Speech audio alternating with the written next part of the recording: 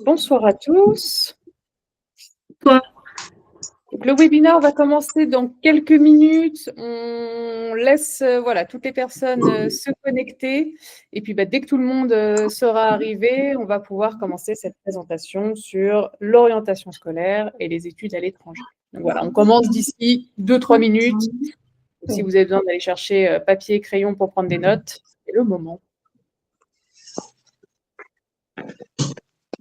Et par contre, ce qu'on vous demandera, c'est bien d'éteindre vos micros pour qu'on puisse avoir pas de bruit extérieur. Et bien sûr, on va prendre toutes vos questions au fur et à mesure du webinaire. C'est Alice qui est en train de vous l'écrire, voilà, qui va vous répondre, et on aura un temps de questions-réponses aussi à l'issue de la présentation.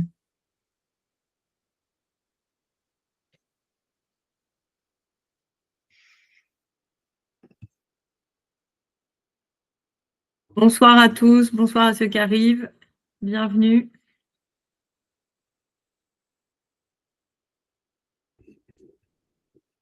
On avait beaucoup d'inscrits, donc on ne sait pas si toutes les personnes inscrites vont venir, mais il y avait plus de 100 inscrits à la conférence. Donc, ravi de voir que le sujet, vous avez de l'intérêt pour le sujet, et vous avez bien raison, parce que c'est important.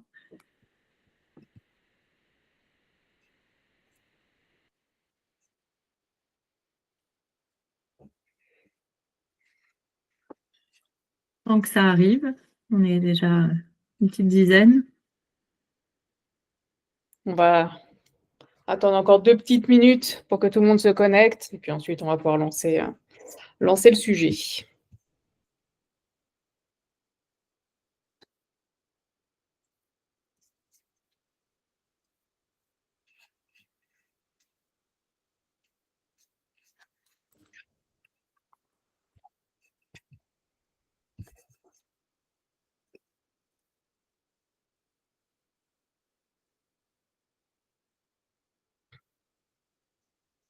Bonsoir. Il y a des noms connus, il y a des gens que je reconnais, donc merci d'être là.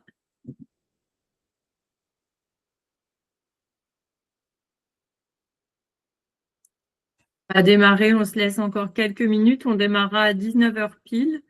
L'idée, c'est qu'on garde aussi du temps pour vous écouter et répondre à toutes vos questions. Donc, important de démarrer à l'heure, et on sait qu'à cette heure-ci, il y a des obligations familiales, donc on n'a pas envie de prendre trop de votre temps, mais ça nous paraît important de aussi prendre le temps de vous expliquer un petit peu de quoi il en retourne. Pour ceux qui viennent d'arriver, pour information, donc on va être 2 à présenter. Je vais répondre à toutes les questions que je peux dans le chat. Donc, si vous avez des questions au fur et à mesure de la présentation, n'hésitez pas à les poser dans le chat. Il y en a certaines pour lesquelles on pourra répondre directement à l'écrit. Il y en a d'autres qu'on gardera peut-être pour y répondre à l'oral à la fin de la présentation. Donc voilà, si jamais vous avez des questions, vous n'hésitez pas à les poser et on fera le tour de tout ça. Allez, on garde encore 2 minutes. On est déjà une quinzaine. Ça va monter. 16 maintenant.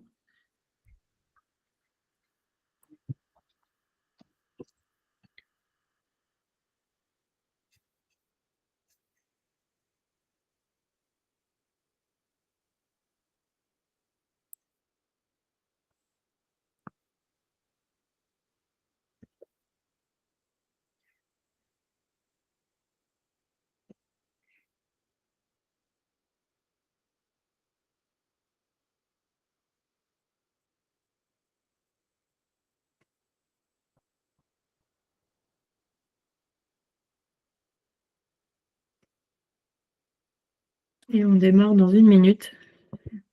Je vais laisser la parole à Alice qui va faire l'introduction et qui va vous expliquer la raison de cette conférence.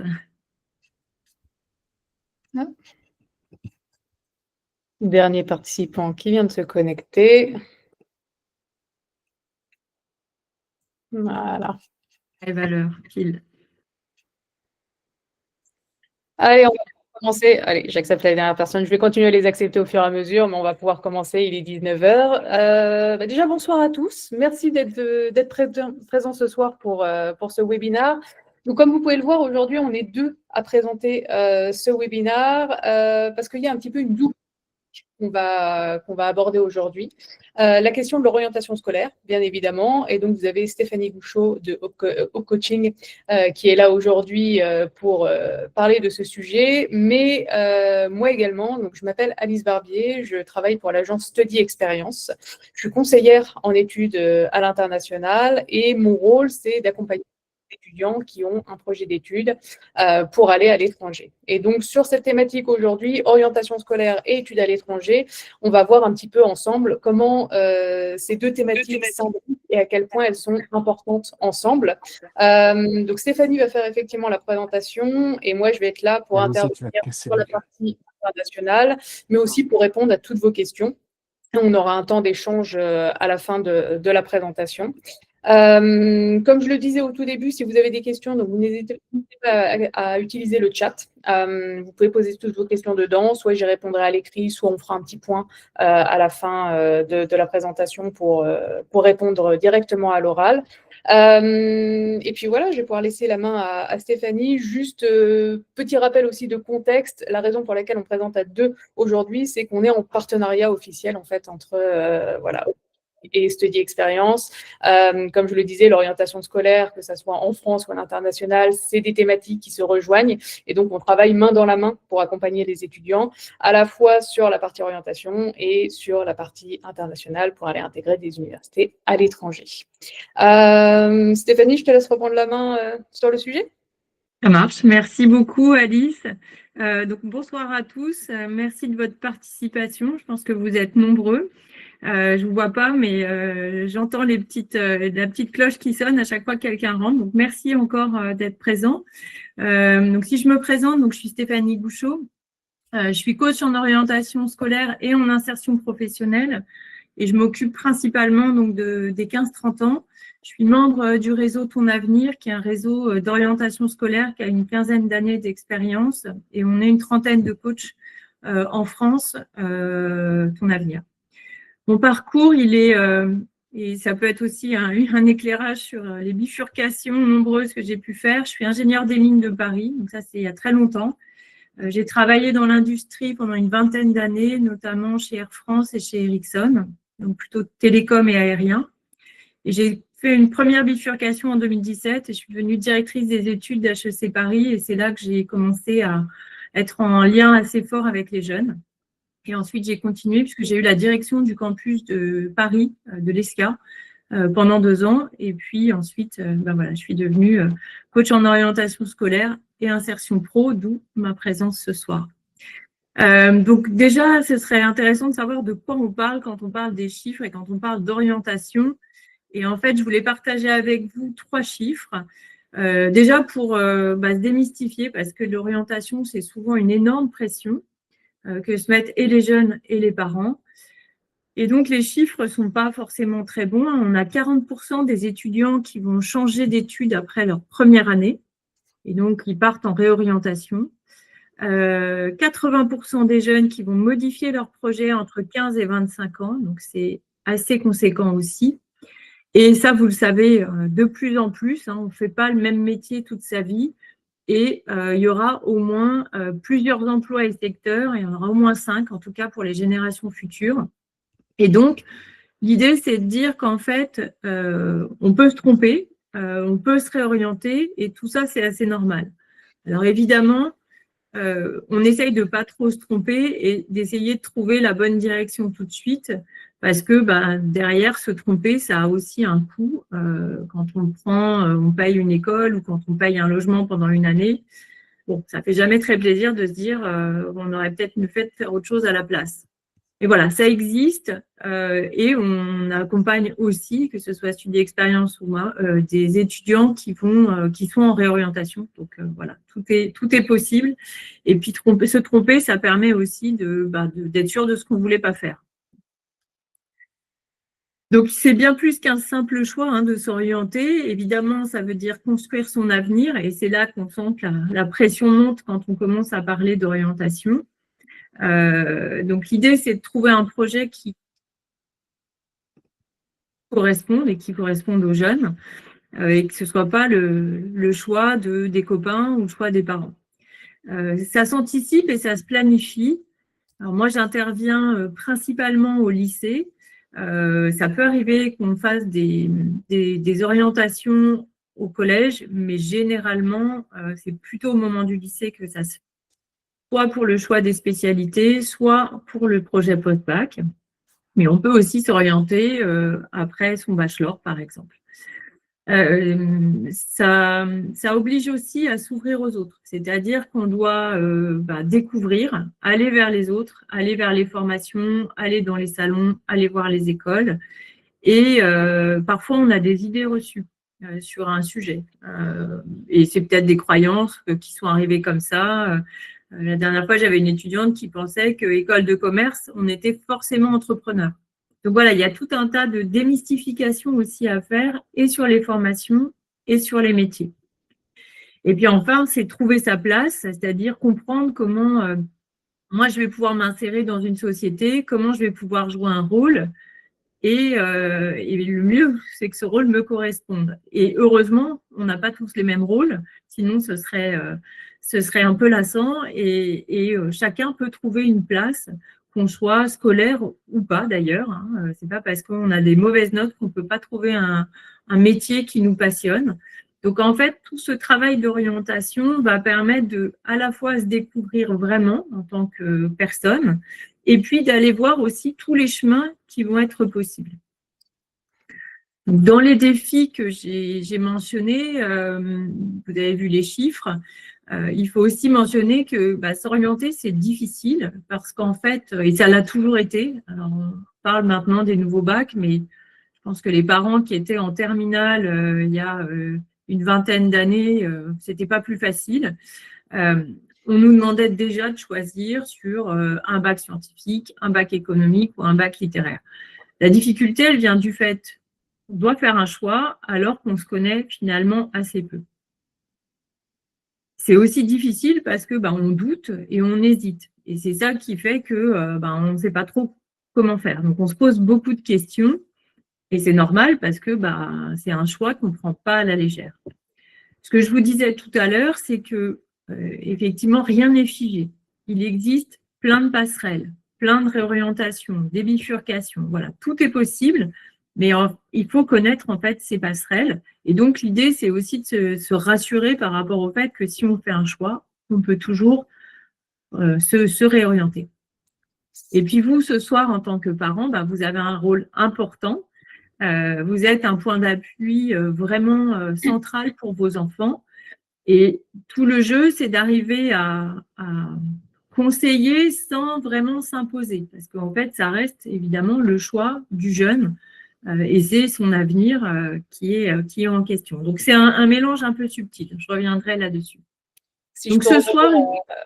Je voulais juste revenir rapidement sur le rien n'est figé parce que c'est vrai que en France, il y a beaucoup de passerelles qui sont possibles et c'est vrai que le côté figé de l'orientation peut parfois faire assez peur aux parents, aux étudiants. À l'international, tout particulièrement, c'est particulièrement vrai, rien n'est figé. Si on prend par exemple des destinations comme le Royaume-Uni, vous pouvez très bien faire une licence d'histoire pour ensuite aller faire un master en psychologie. C'est totalement possible. Donc là, on parlait de passerelle, de bifurcation.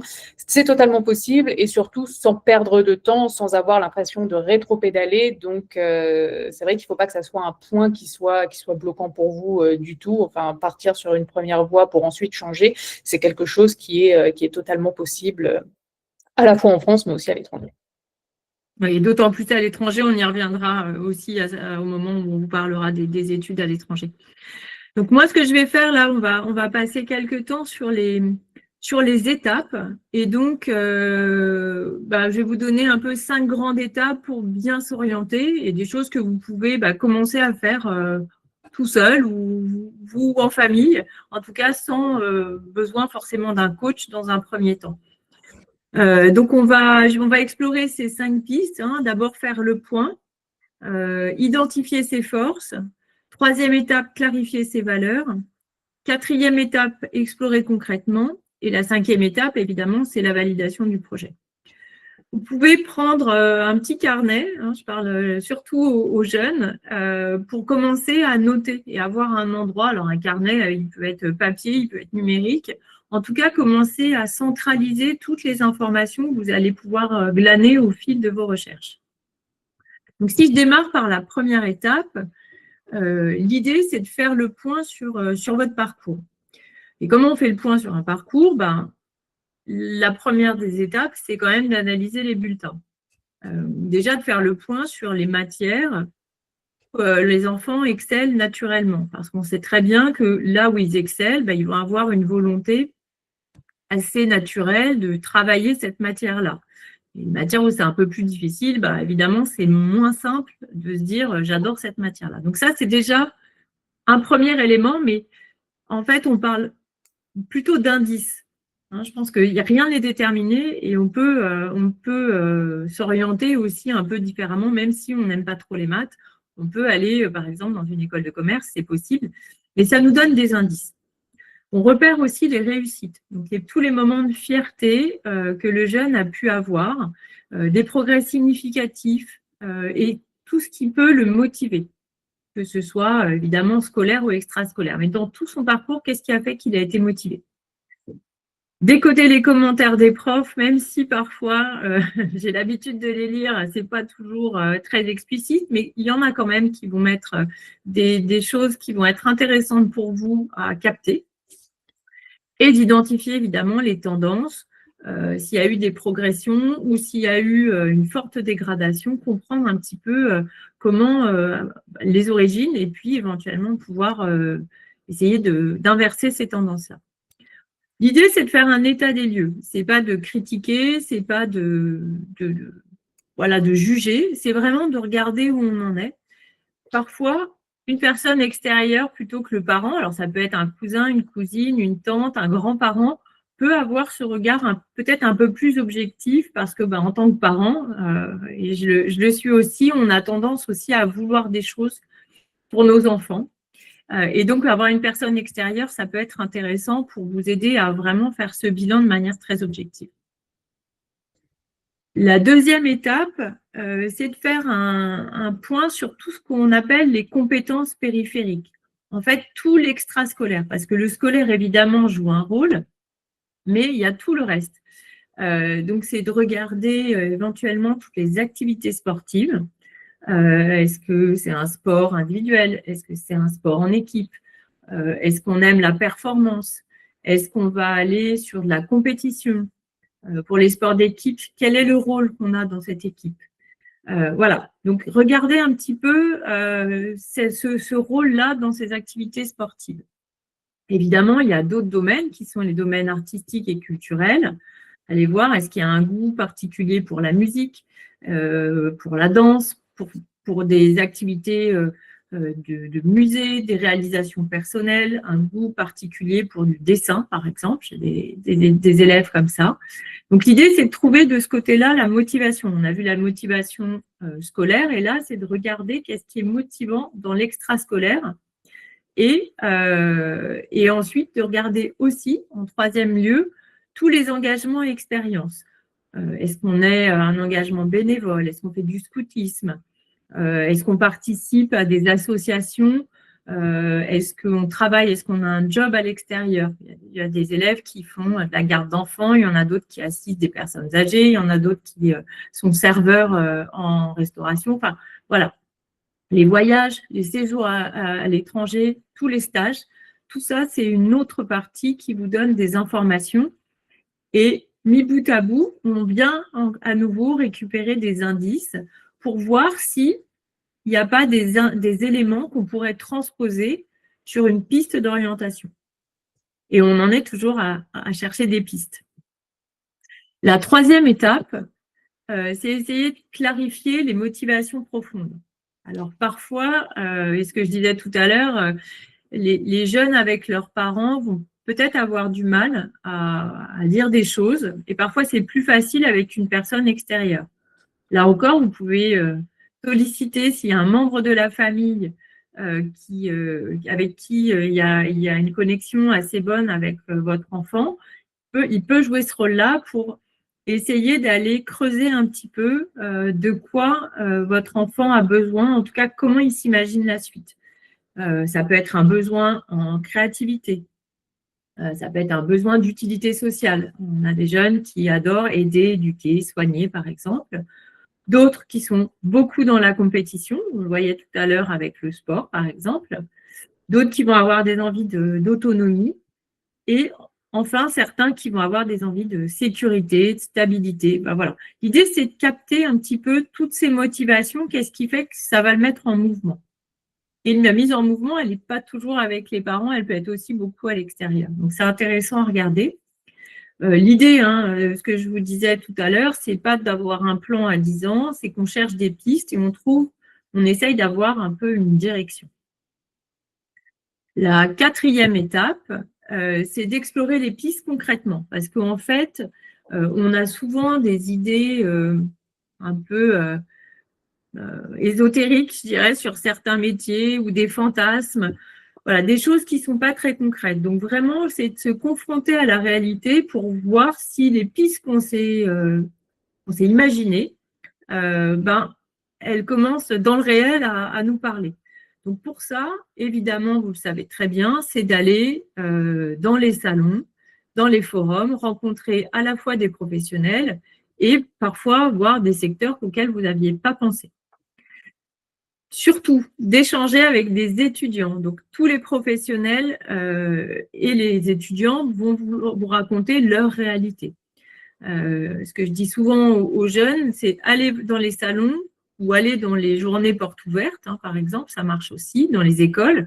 Et est-ce que vous vous sentez bien quand vous êtes avec les autres étudiants? Est-ce que vous vous sentez bien dans cet environnement? Est-ce que vous avez envie d'être copain avec eux? Est-ce que ça vous parle? Donc ça, c'est un bon élément, en tout cas, qui va vous donner un indice sur une projection future. Vous avez énormément de ressources numériques. Donc, il y a plein de vidéos de métiers que vous pouvez regarder. Vous tapez le métier, vous demandez une vidéo. Vous avez des vidéos qui sont plus ou moins longues. Moi, je donne des vidéos de 2-3 minutes sur les métiers. Pareil, ça permet d'avoir quelque chose de très concret et pas de se faire une idée préconçue d'un métier. Donc, vous pouvez vraiment utiliser, vous avez plein de ressources à votre disposition. Enfin, c'est évidemment toutes les expériences terrain que vous allez pouvoir faire. Donc, les stages, alors il y a il y a le stage de troisième, il y a un stage en seconde, il y a des lycées qui proposent d'autres stages durant la scolarité. Il va y avoir peut-être des jobs étudiants qui vont pouvoir révéler un certain nombre de choses. En tout cas, voilà, tester au maximum, tester une idée et puis voyez si ça plaît ou ça ne plaît pas. En tout cas, c'est un bon indice.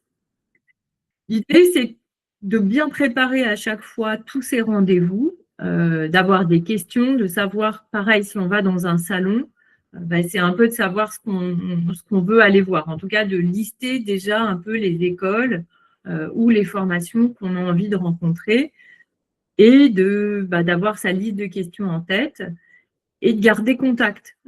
Ça peut être hyper important de garder contact, notamment si on est très intéressé par une école. Et dans sa lettre de motivation sur Parcoursup, c'est toujours bien de dire rappelez-vous, on s'est rencontrés à tel événement. Voilà, c'est toujours un point en plus. Et si en plus la formation vous intéresse, c'est d'autant mieux. Faites le point après et faites le bilan une fois que vous avez exploré toutes ces pistes de manière concrète. Donc, à partir des 4 étapes qu'on a vues, l'idée, c'est de valider un projet, qui n'est pas un projet définitif, comme je le disais précédemment, mais qui est un projet évolutif. Donc, c'est de sélectionner quelques pistes, et pas 15, parce que c'est très compliqué de choisir, mais 2-3. Ça peut être, je vais faire du droit et peut-être une licence de sciences politiques. Et j'essaye de regarder qu'est-ce qui va faire que je vais aller dans une formation ou dans une autre. Mais si j'ai droit, sciences politiques, peut-être commerce, et puis encore une autre, et peut-être je vais partir à l'étranger, là, ça devient très, très compliqué et on n'est plus focus sur un sur un objectif. Donc là, on s'éparpille un peu et quand même, ça demande beaucoup d'énergie d'aller faire tout ça. Vraiment de rester sur 2-3 options qui sont réalistes et réalistes aussi en fonction des notes, parce que ça joue évidemment dans le choix des formations.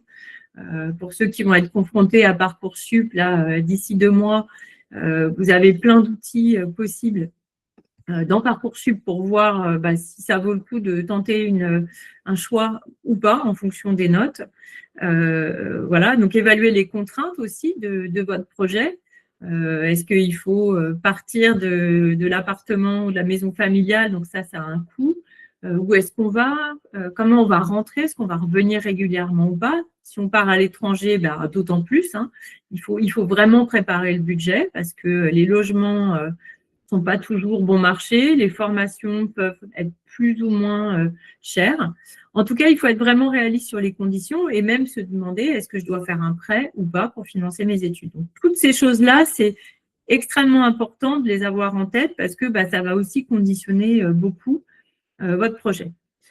Et évidemment, de la flexibilité, c'est pour ça qu'on sélectionne 2-3 pistes, parce qu'on peut s'ajuster, parce qu'on peut se réorienter, comme le disait Alice tout à l'heure, et qu'on peut avoir des passerelles. Et donc, voilà, se dire que voilà, tout est toujours possible. Voilà, donc ça, c'est les 5 étapes que je voulais partager avec vous, et c'est la manière dont ça se passe, ou ça devrait se passer au mieux pour pouvoir aider un jeune à s'orienter. Alors, quelques petites astuces en plus à éviter quand on quand on essaye de s'orienter. La première, c'est de choisir par défaut. Vous l'avez bien compris. Si on choisit par défaut, c'est un peu le hasard ou le hasard de Parcoursup qui va choisir pour nous. Et le risque, c'est de regretter finalement le choix et de regretter le fait de ne pas avoir pris assez de temps. Là, on est encore au mois de novembre. Pour ceux qui sont en terminale, on peut encore faire un travail d'orientation. Tant que Parcoursup n'est pas passé, tout est possible. Après Parcoursup aussi, tout est toujours possible, mais c'est toujours mieux de le faire avant et pas laisser le hasard ou la formation Parcoursup décider pour nous. Donc, vraiment prendre le temps. Comme je vous ai expliqué, les 5 étapes, elles prennent quand même un petit peu de temps. Je pense qu'il faut au moins 1 ou 2 mois si vous voulez commencer à aller voir des écoles, rencontrer des professionnels, réfléchir. Ça prend aussi un peu de temps. Deuxième erreur, c'est de confondre métier et formation. Un métier, ça va être vraiment la direction qui peut être un élément motivant en se disant oui, c'est ça la finalité. Voilà pourquoi je dois faire toutes ces études. Donc, c'est important de l'avoir dans le viseur, j'ai envie de dire. Parfois, les élèves ne l'ont pas, les étudiants ne l'ont pas, et c'est OK aussi. Mais par contre, pour faire un métier, évidemment, et vous le savez, vous êtes professionnel aussi de votre côté, il y a plein de voies possibles. Donc, le métier est important et les formations aussi, et les deux sont pas exactement les mêmes. Et on peut avoir plein de pistes pour devenir je dirais manager commercial. On peut commencer par un BTS et ensuite rejoindre une licence 3 et ensuite faire un master. Ou alors, on peut décider tout de suite de faire une école de commerce post-bac. Voilà, il y a plein de possibilités. Donc, ayez ça en tête, c'est important aussi. Se laisser influencer par les autres, tous les copains de classe. Alors, il y a des modes, il y a la mode du droit, il y a la mode du commerce, il y a la mode des Sciences Po. Voilà, l'idée, c'est que vous n'êtes pas vos camarades, vous n'êtes pas vos parents. Et l'idée, c'est d'écouter. Les conseils, c'est toujours important de les avoir, mais il faut vraiment se relier à ses propres envies.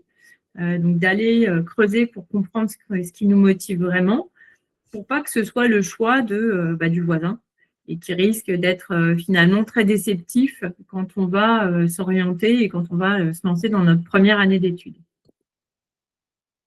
Vouloir tout décider et savoir que tout est tracé quand on a 17 ans, ça n'existe pas. Et vous le savez aussi, l'expérience fait que c'est jamais comme on avait prévu. Et c'est OK comme ça, et c'est aussi comme ça qu'on apprend. Donc, accepter que voilà, ça peut être un chemin progressif. On n'a pas eu, à l'issue de Parcoursup, la formation rêvée. Voilà, garder en fait cette flexibilité-là et de se dire que voilà, tout est possible. et qu'il y a peut-être des surprises aussi sur le chemin. Et puis, la dernière, dont je vous ai parlé dans tout le processus et les étapes, c'est négliger l'expérimentation parce que c'est plus vous aurez du concret, ce sera clair aussi dans la tête de vos enfants parce qu'il n'y aura plus tout ce mysticisme autour du métier ou ce fantasme. J'avais un de mes jeunes que j'ai accompagné qui voulait être parachutiste. Donc, avec une envie de ce métier, voilà, une idée comme ça qui s'était faite, sauf qu'il n'avait jamais fait de parachute. La première chose, si on veut être parachutiste, c'est peut-être de faire un premier saut puis de voir déjà si ça nous plaît. Donc voilà, c'est toutes ces choses-là que vous pouvez tester avec votre enfant et qui peuvent le mettre réellement en situation de oui, est-ce que ça me plaît ou pas. Donc voilà, ça c'est les erreurs. Et puis maintenant, je voulais donner aussi quelques conseils aux parents et pour vous dire comment vous pouvez vraiment aider votre enfant sur son orientation. Alors, premier conseil, et c'est pas toujours simple, hein, et on sait qu'au lycée, les relations peuvent être parfois un peu tendues, c'est d'essayer de garder un dialogue bienveillant et de garder un climat d'écoute sans jugement, parce qu'en fait, ils sont dans une période qui est quand même très difficile. Il y a la pression du lycée, la pression des notes, il y a des pressions sociales, beaucoup entre eux. Hein. On parle de harcèlement, on parle de santé mentale, il y a plein de choses qui se passent à ce moment-là. Il faut qu'ils arrivent à se sentir dans l'écoute et être capables de s'exprimer.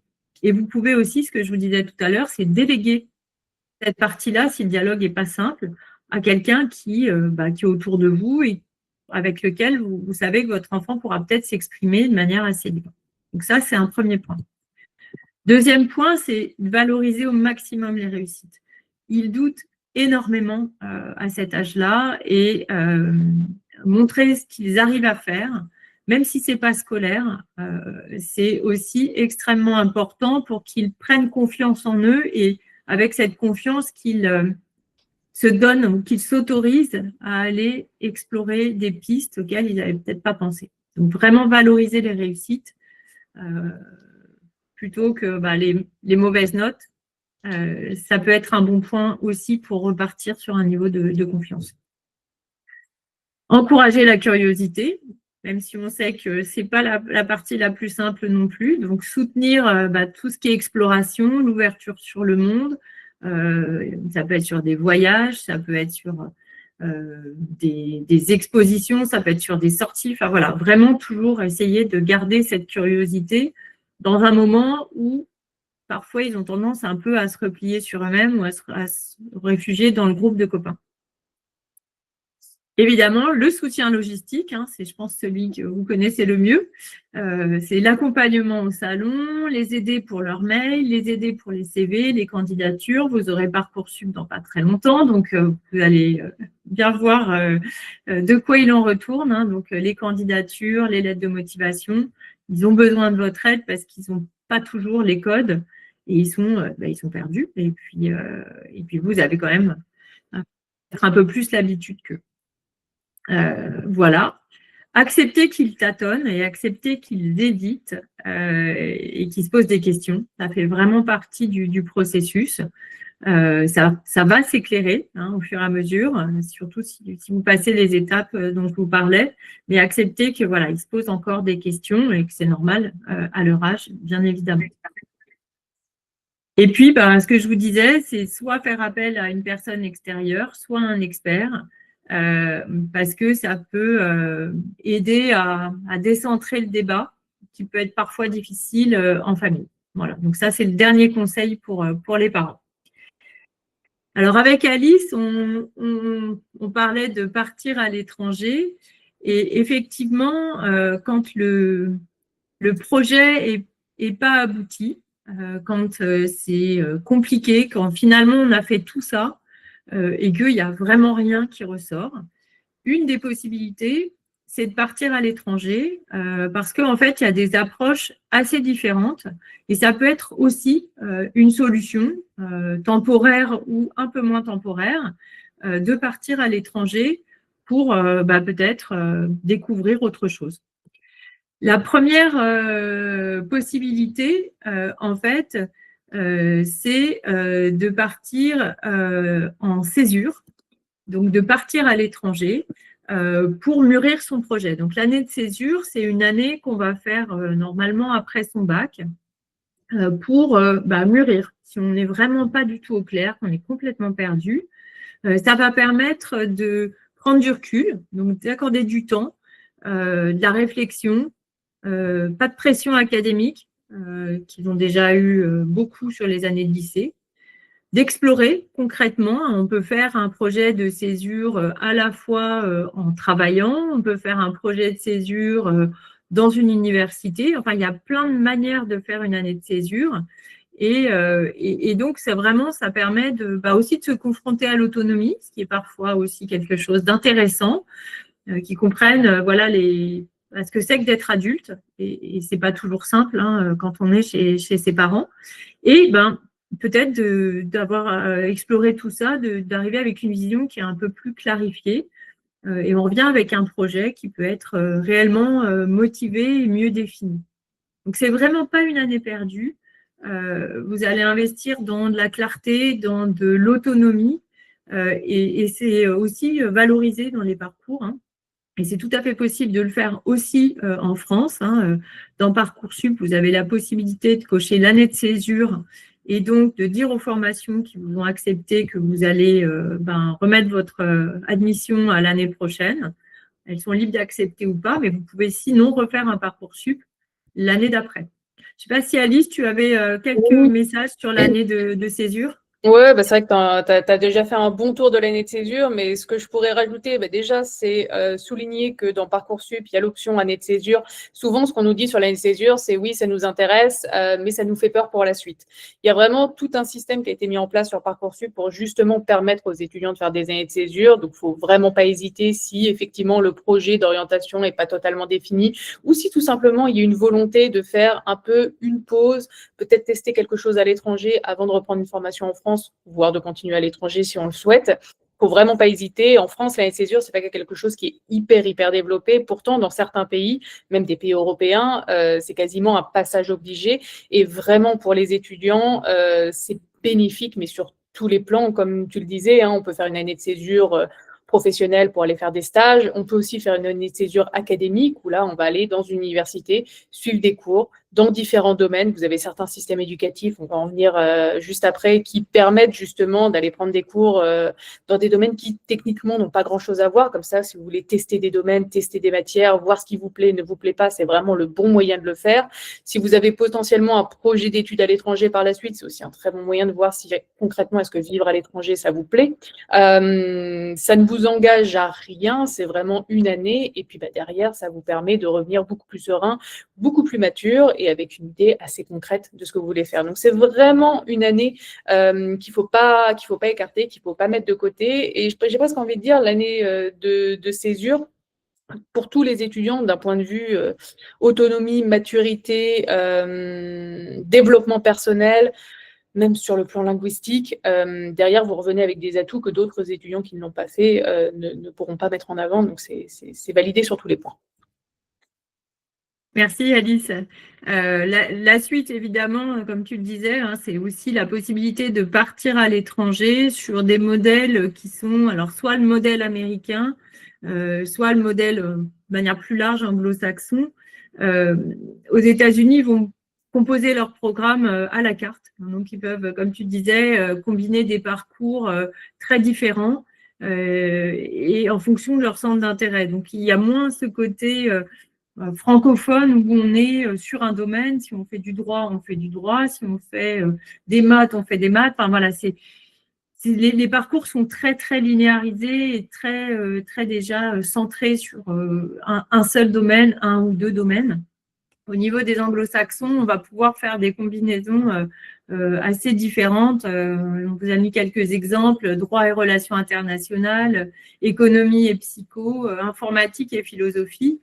Donc, c'est vraiment une capacité à explorer des disciplines, à personnaliser un parcours et on est vraiment dans l'interdisciplinarité, ce qui est extrêmement intéressant pour favoriser tout ce qui est exploration intellectuelle, découvrir des passions avant de se lancer dans une spécialisation.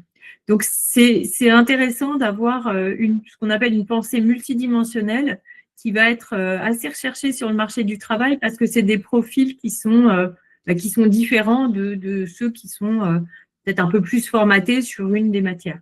Ouais, j'ajouterais même que sur le modèle américain, il est complètement à l'opposé en fait du système français. C'est-à-dire que si vous allez faire des études aux États-Unis, ça vaudrait un petit peu pour le Canada, mais dans une moindre mesure. Je vais vraiment faire un focus US là-dessus. Un étudiant qui va faire un bachelor aux États-Unis pendant les 2 premières années, il peut choisir effectivement des cours de sa spécialité. Par exemple, imaginons on se décide à faire du business, on va avoir des cours de business, mais on va aussi avoir pendant 2 ans des cours d'éducation générale qui sont obligatoires pour tous les étudiants. Donc, on va avoir des cours dans les sciences sociales, dans les sciences humaines, dans les sciences exactes, en technologie. L'objectif, c'est de permettre à tous les étudiants de ne pas se spécialiser trop tôt, de tester plein de choses. Et c'est qu'à la fin de la 2e année du cursus, qui est un cursus en 4 ans, où on va vraiment définir le domaine d'études qu'on souhaite vraiment présenter et duquel on sera diplômé.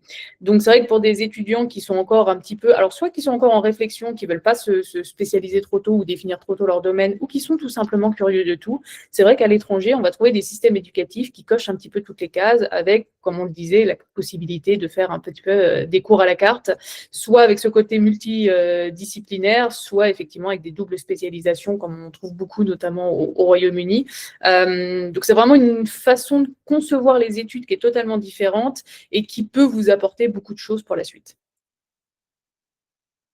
Si je continue, comme tu disais, en fait, ça va être vraiment des compétences clés. On parle beaucoup du risque de l'IA dans les métiers. Je pense que c'est une des questions majeures que moi, les parents me posent en ce moment, c'est l'IA dans tout ça.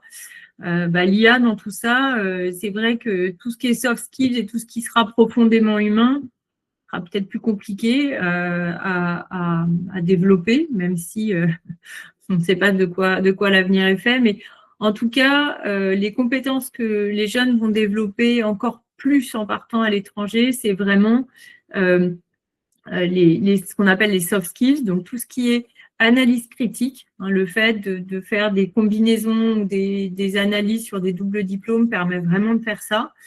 Vous allez travailler beaucoup sur la communication, la culture générale. C'est en gros la capacité à décortiquer de l'information, construire un raisonnement un peu critique. Et dans la philosophie anglo-saxonne, en fait, ce qu'on disait tout à l'heure, c'est vraiment possible de suivre des études qui ne vont pas aboutir directement à un métier.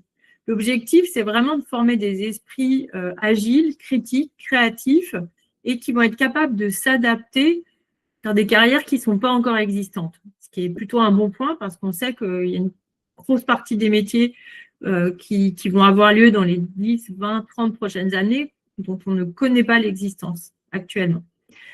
Si on prend le cas des études d'histoire, par exemple, en France, si on fait des études d'histoire, c'est pour faire preuve d'histoire ou alors chercheur en histoire.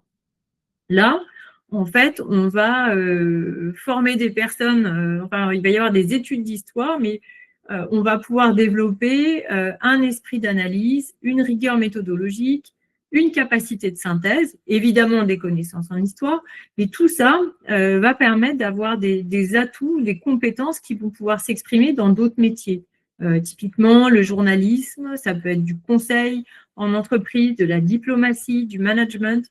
Donc, en fait, on utilise de cette manière-là les compétences dans ces systèmes éducatifs qui sont un petit peu différents des nôtres. Tu veux rajouter quelque chose, Alice ? Non, peut-être juste effectivement expliquer que contrairement au système français où effectivement, tu le disais, si on a fait une licence d'histoire, généralement, on a des voies qui sont un peu prédéterminées et c'est difficile d'en sortir. À l'étranger, pas du tout, notamment s'il y a une volonté de continuer à se former à l'étranger. On peut très bien faire une licence d'histoire et aller faire un master en management ou aller faire un master en relations internationales, voire aller faire un master en psychologie. À l'étranger, il y a beaucoup moins de fermeture sur les débouchés post-licence et on peut très facilement changer de domaine parce que justement, en fait, on considère que le premier cycle universitaire, c'est vraiment permettre aux étudiants de se créer une analyse critique, de développer une culture générale, en fait, de développer tous ces soft skills et derrière, ensuite, aller choisir une spécialisation au niveau master. Et même dans les entreprises à l'étranger, si vous avez à un moment la vocation de travailler à l'étranger, il y a un gros rôle de formation au sein des entreprises quand on travaille à l'étranger pour vous apprendre en fait le côté très technique d'un métier.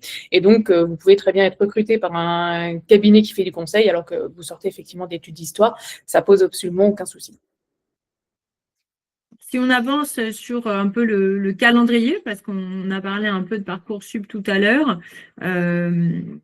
clairement, alors pour l'orientation, je dirais en général, moi je recommande qu'on regarde déjà au lycée, alors seconde ou première, c'est un bon moment pour traiter le sujet. L'idée étant de ne pas être en stress quand Parcoursup arrive. Parcoursup arrive le 15 janvier.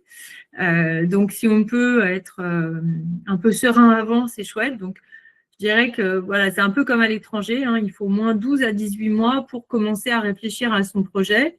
Et à l'étranger, c'est même commencer à rechercher des universités parce qu'il y a des dossiers qui sont quand même assez longs à préparer, notamment sur des tests de langue, la constitution du dossier qui est en fait, il faut traduire vos bulletins, il faut traduire des lettres de recommandation. Enfin voilà, il y a tout un pan des candidatures qu'il y a à faire en plus d'une candidature française. Donc 12-18 mois avant, c'est bien d'être un peu au fait du départ. On commence à regarder tout ça. Ouais. Oui, vas-y Alice. J'allais juste dire, c'est vrai que Parcoursup va ouvrir 15 janvier et puis vous avez un petit peu de temps pour déposer vos dossiers. À l'étranger, on va déposer les dossiers même un petit peu plus tôt que ça. Enfin, généralement, on va dire janvier-février, c'est les dates limites des universités. Donc, ça veut dire qu'au moment où Parcoursup va ouvrir, vos candidatures à l'étranger, c'est le moment où vous allez les boucler. Donc, c'est deux choses qui s'enchaînent assez bien finalement. C'est-à-dire que vous pouvez boucler vos candidatures à l'étranger et ensuite vous mettre sur Parcoursup. Bon, il y a assez peu de répit entre les deux, donc c'est assez intense, mais vous pouvez faire chaque chose en son temps. Si vous envisagez des études à l'étranger, j'ai envie de dire la premier trimestre de terminale, c'est vraiment le bon moment pour se lancer dans le vif du sujet et effectivement commencer à bien creuser les universités qui vous intéressent en fonction des programmes que vous voulez faire, commencer à travailler les lettres de motivation, traduire les relevés de notes, passer les tests d'anglais. Donc, tout ça, vous serez accompagné dessus, aucun souci. Mais il faut garder en tête que c'est des dossiers qui se déposent généralement assez tôt, janvier-février. Après, vous avez aussi énormément de formations qui vont être ouvertes jusqu'en mai, juin, juillet. Pas forcément partout sur toutes les destinations parce que c'est une question de visa, mais sur pas mal de destinations, notamment en Europe, on peut faire des candidatures tardives, donc pas de panique non plus. Si vous commencez tout juste maintenant, il y aura des possibilités pour la suite. Ouais, ce que je rajouterais par rapport à ce que tu disais, Alice, c'est que à pas négliger, si vous envisagez un départ à l'étranger, c'est la recherche du logement. Il y a certains pays où c'est extrêmement compliqué et on peut commencer à réserver son logement au mois de février, au mois de mars pour une entrée au mois de septembre. Je parle d'expérience et puis de bien planifier votre budget. On en a parlé tout à l'heure, mais c'est un point aussi important parce que les études à l'étranger, évidemment, ça a un coût. Qui n'est pas forcément plus cher que certaines écoles françaises. Donc voilà, en tout cas, ça se regarde vraiment et ça fait partie aussi du processus de décision.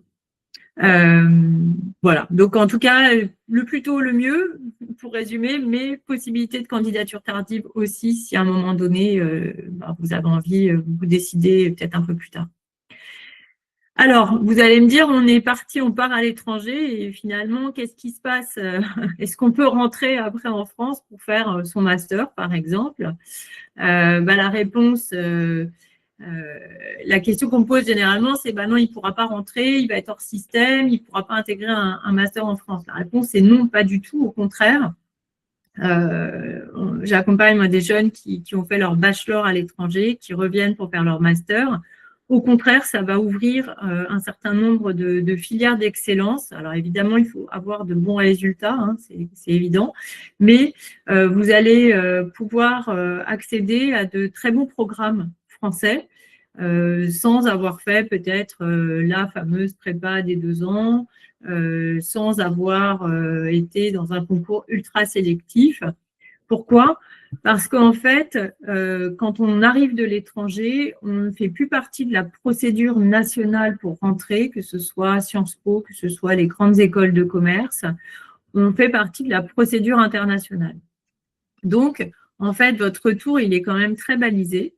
Donc, il y a vraiment des passerelles qui sont dédiées aux étudiants qui sont, en fait, même s'ils sont français, sont finalement considérés comme étudiants internationaux. Donc, c'est ce qu'on appelle des admissions parallèles ou admissions sur. C'est déjà prêt dans les écoles pour gérer ces étudiants qui viennent de l'étranger. Le seul, bémol à ce que je viens de dire, c'est qu'à la fac, par contre, qui est système universitaire français, le fameux Mon Master qui est le petit frère ou la petite sœur de Parcoursup, là, vous serez considéré comme n'importe quel étudiant français ou européen, c'est la même procédure. Donc, les masters à l'université, donc à la faculté, eux, n'ont pas de procédure spécifique d'admission internationale. Les éléments en fait qui séduisent les écoles et les formations françaises sur des profils internationaux, ça va être quoi? Ça va être votre maîtrise de la langue. Généralement, c'est l'anglais, mais ça veut dire qu'au bout des 3 ans que vous êtes parti à l'étranger, vous maîtrisez complètement la langue. Donc, c'est un énorme prérequis pour vous et c'est un énorme atout parce que parfois, il y a aussi une partie concours, et dans le concours, il y a l'anglais, donc ça peut être aussi un élément différenciant. On le disait tout à l'heure, partir 3 ans à l'étranger, entre ses 18 et ses 21 ans, on devient complètement autonome, on a une capacité à s'adapter, on a une capacité à gérer son budget, à gérer son logement, on a intégré des nouvelles méthodes de travail, on a vu un autre système, donc on a même si ce n'est pas facile au début, généralement, au bout des 3-6 mois, ils sont vraiment en capacité de s'adapter et finalement complètement à l'aise avec le système dans lequel ils suivent leurs études. Il y a une vraie ouverture d'esprit, évidemment. Hein. Ils ont baigné avec d'autres cultures, ils comprennent d'autres points de vue. Ils baignent dans ce milieu international parce que quand on est étudiant étranger à l'international, on est souvent avec les personnes du pays, évidemment, mais aussi beaucoup avec d'autres jeunes qui viennent de partout dans le monde, en fait. Et donc, on s'est construit cette culture internationale qui est un atout extrêmement important puisque un des fers de lance des écoles et des formations, c'est cette ouverture à l'international. Donc, ils sont ravis d'avoir des étudiants internationaux. Et donc, c'est un vrai atout pour les candidatures. Et donc, je voulais vous parler du parcours d'une étudiante que j'ai accompagnée l'an dernier, qui était partie avec Studi Expérience pour son post-bac. Donc, quand elle avait 17 ans, elle était complètement perdue. Donc, c'est Juliane. Et en fait, elle n'arrivait pas à choisir entre plein de disciplines, économie, relations internationales et mathématiques. Et puis, elle a été accompagnée par Studi Expérience et elle a décidé de partir à l'université de McGill pour faire son bachelor, où elle a pu étudier finalement toutes ces disciplines.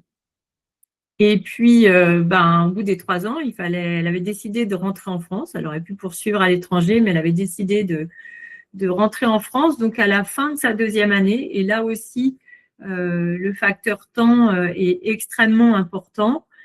Ça s'anticipe quand même beaucoup.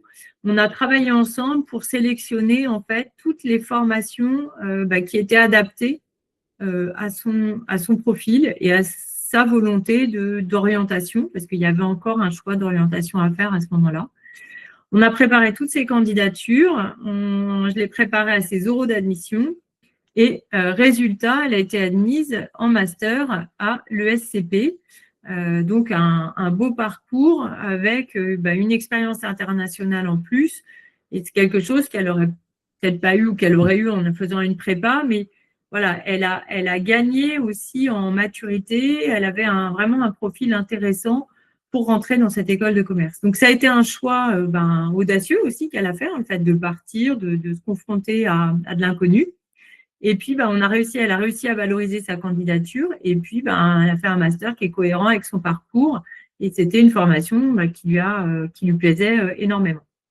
Donc, voilà un exemple pour vous montrer que voilà, c'est possible de revenir et de faire un joli parcours sur le master, même si, comme le disait Alice tout à l'heure, c'est aussi possible de continuer en master à l'étranger.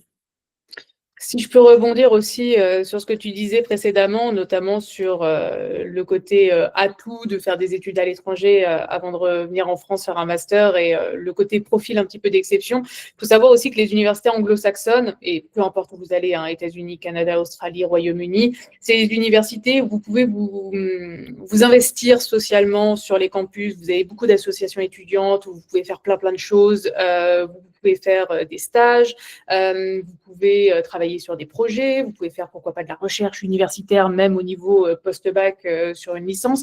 Enfin, il y a énormément d'opportunités qui sont proposées par les universités et par les campus qui vous permettent, au-delà des études, de vous créer un profil d'exception et notamment un profil un petit peu extrascolaire d'exception qui vont aussi plaire pour des masters en France, enfin, pour des admissions en master en France. Donc, si jamais vous allez effectivement faire des études à l'étranger dans un premier temps pour revenir sur un master, profitez à 100% de tout ce que les universités peuvent vous proposer pour vous développer vraiment dans tous les sens du terme.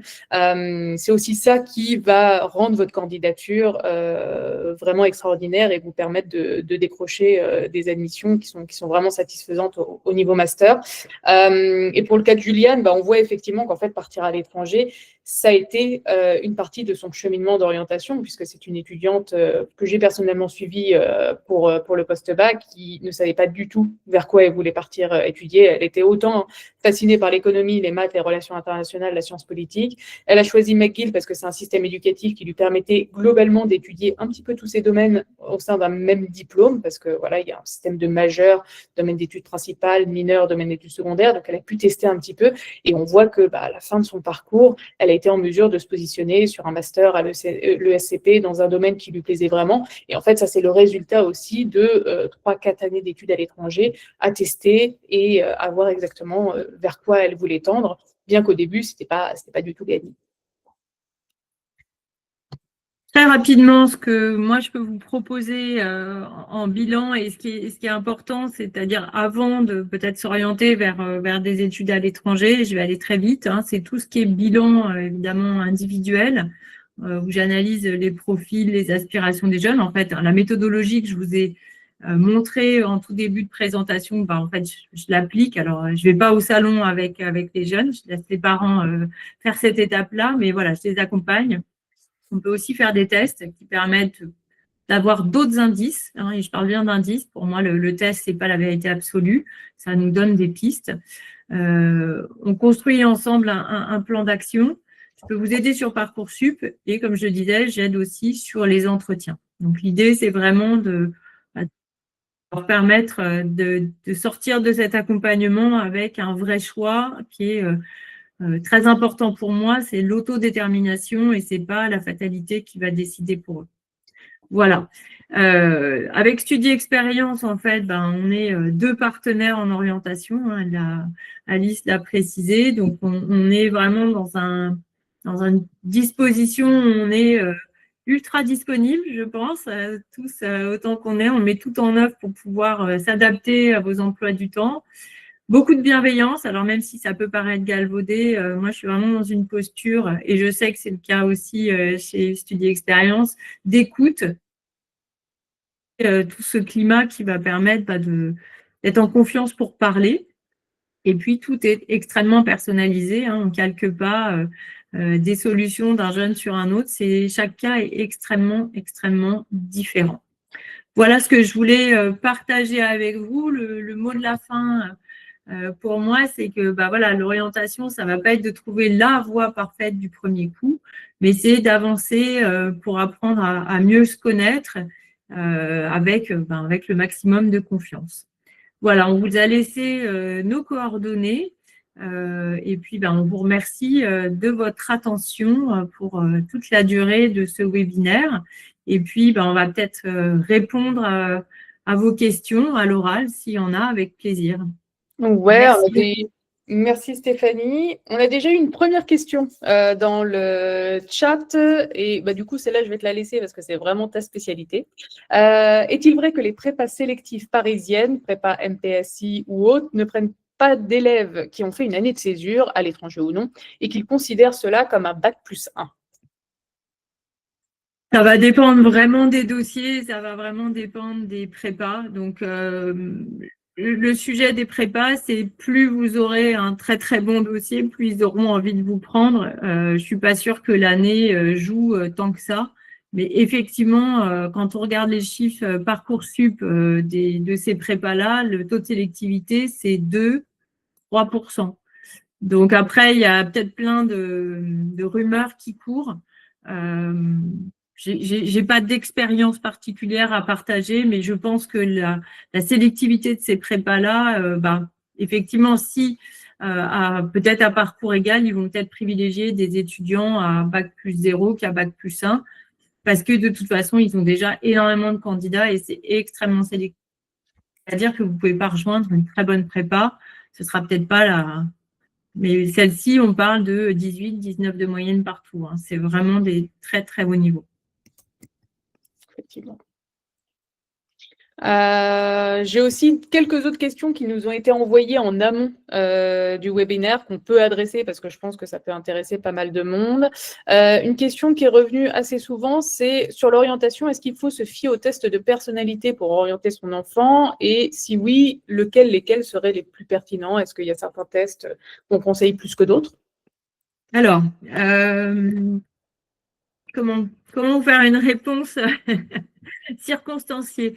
En fait, pour moi, les tests, c'est ce que j'explique aux parents et aux jeunes, c'est pas la vérité absolue.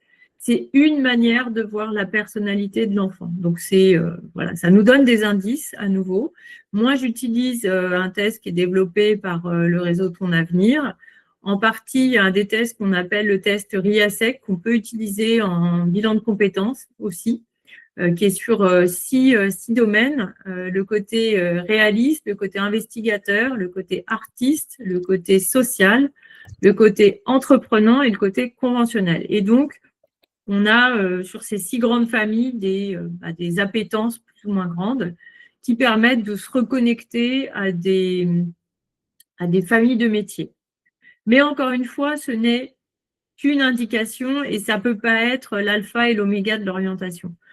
C'est comme essayer de s'orienter tout seul ou comment essayer de se coacher tout seul. En fait, c'est extrêmement difficile. Et pour moi, le test, c'est qu'une partie. La grosse partie de l'orientation, c'est une discussion avec le jeune, c'est un cheminement. Je suis aussi coach professionnel en entreprise. Le coaching, ça ne marche pas si on est tout seul, on ne peut pas réfléchir tout seul. Donc, c'est plutôt ce dialogue et qui va être alimenté par tous les éléments que j'ai pu vous donner précédemment et les tests qui va permettre de vraiment aider à l'orientation. Mais le test en lui-même, pour moi, c'est un élément, mais ça ne fait pas tout. On a une autre question qui a été posée, qui je pense peut s'adapter à la fois sur le contexte français et international, c'est comment choisir l'établissement qui nous convient le mieux. Donc ça, j'imagine que c'est une fois qu'on a déterminé une orientation, c'est-à-dire comment choisir la bonne université, comment choisir la bonne école. Sur l'étranger, en fait, ça vaut aussi pour la France, mais je peux commencer à répondre sur l'étranger et puis tu pourras reprendre sur la France. Il y a déjà des éléments qu'on a évoqués précédemment. Déjà, il n'y a pas une seule école ou une seule université qui va vous correspondre. Il y a des écoles, des universités en fonction de ce qui vous intéresse. Et surtout, il faut appliquer certains filtres. On parlait tout à l'heure du filtre du budget des formations, budget des écoles, qui va être important de regarder en amont pour s'assurer que vous partez dans des directions qui sont viables pour vous. Il va y avoir effectivement tout ce qui va être environnement. Est-ce que vous l'étudiez dans une grande ville, dans une petite ville? S'il y a une université qui vous intéresse, qui est complètement perdue dans la campagne anglaise, par exemple, est-ce que ça vous va? Ou est-ce qu'au contraire, vous voulez absolument être en plein cœur de Londres ou en plein cœur d'une grosse ville pas, comme Birmingham, Manchester, etc. Donc, bien regarder l'environnement qui est proposé. Choisir des universités et des écoles qui sont vraiment spécialisées sur les domaines qui vous intéressent. Pour ça, vous pouvez regarder un petit peu, alors bien évidemment, les classements universitaires, même s'ils ne font pas tout, mais vous pouvez aussi regarder si les universités et les formations qui vous intéressent sont accréditées dans les domaines qui vous tentent. C'est généralement un bon filtre. Bref, j'ai envie de dire, la sélection d'une université ou de plusieurs universités, plusieurs écoles, c'est une succession de filtres que vous allez appliquer au fur et à mesure qui va vous permettre de passer de 2000 choix possibles à généralement 10-15 universités qui vont être envisageables et sur lesquelles vous allez pouvoir déposer des dossiers. Donc, c'est vraiment quelque chose de méthodique et de quasiment scientifique pour effectivement faire du tri en fonction de ce qui est absolument essentiel pour vous. Et il faut vraiment s'écouter sur ces points-là. Je vois trop souvent d'étudiants qui vont postuler dans des universités pour un nom bien particulier, pour un classement, parce que c'est la meilleure, parce que ceci, parce que cela, mais qui en réalité ne leur correspondent absolument pas. Et bon, déjà, en général, ça réduit un peu les chances d'admission, parce que si on postule pour une université que pour son nom, généralement, la motivation qui est nécessaire pour rentrer dans ces universités n'est pas totalement là. Et surtout, quand bien même on arrive à rentrer dedans, ce qui peut arriver par la suite, c'est qu'au bout de 6 mois, 1 an, on se dise, en fait, c'est pas du tout l'environnement qui me convient. Et j'ai beau réussir à rentrer dans la meilleure université du monde, en fait, juste, c'est pas ce qu'il me faut et ça oblige parfois à changer d'établissement. Donc, vraiment, s'écouter à 100% sur ses besoins et ce qui est important pour soi. Ouais, je dirais exactement la même chose que toi. Alors, c'est un peu plus facile en France parce qu'on peut aller voir les universités, on peut participer, comme je vous le disais, au JPO pour vraiment sentir l'ambiance, le contexte, voilà, les gens, les profs, enfin voilà, tout l'encadrement. Et est-ce que c'est vraiment ça que vous recherchez? Voilà. Il y avait une autre question, j'ai vu Alice, alors c'est pour toi, est-ce que c'est possible de partir à l'étranger après un bac pro? Donc, c'est Ouais. une communication visuelle plurimédia pour un cursus en alternance ou avec des périodes de stage. Ouais, alors le bac pro, c'est possible de partir à l'étranger avec un bac pro. Après, pas forcément partout et pas forcément dans n'importe quelle formation. Un petit peu comme en France, hein, le bac pro, il va permettre d'accéder à certaines études, mais pas forcément à toutes les études. Ça va être un petit peu la même chose à l'étranger. Pour la question de l'alternance, alors il n'y a pas vraiment d'alternance à l'étranger, du moins pas comme on l'entend en France. Ce que vous allez pouvoir trouver à l'étranger, c'est soit des diplômes qui vont permettre de faire généralement 1 an de stage pendant votre cursus, souvent entre la 2e et 3e année de bachelor. Vous avez 1 année complète où vous allez pouvoir faire un stage. Ce que vous pouvez trouver aussi, et notamment sur une destination comme le Canada, c'est ce qu'on appelle l'éducation coopérative, où là, effectivement, vous avez chaque année une période de 5 à 10 semaines de stage qui va vous permettre de mettre en pratique un petit peu tout ce que vous avez appris pendant votre cursus. Pour la question spécifique du bac pro, il faut vraiment regarder destination par destination. Là, par exemple, je parlais du Canada. Vous pouvez faire ce qu'on appelle au Québec des cégeps qui vont proposer des formations un petit peu style BTS, DUT, des formations techniques qui sont totalement accessibles avec un bac pro et qui permettent de rebifurquer sur l'université par la suite.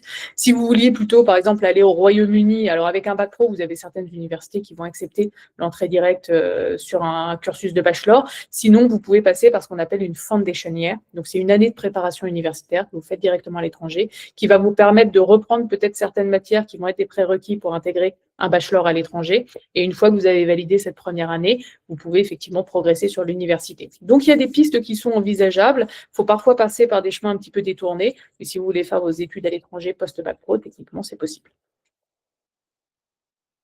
Est-ce que vous avez d'autres questions?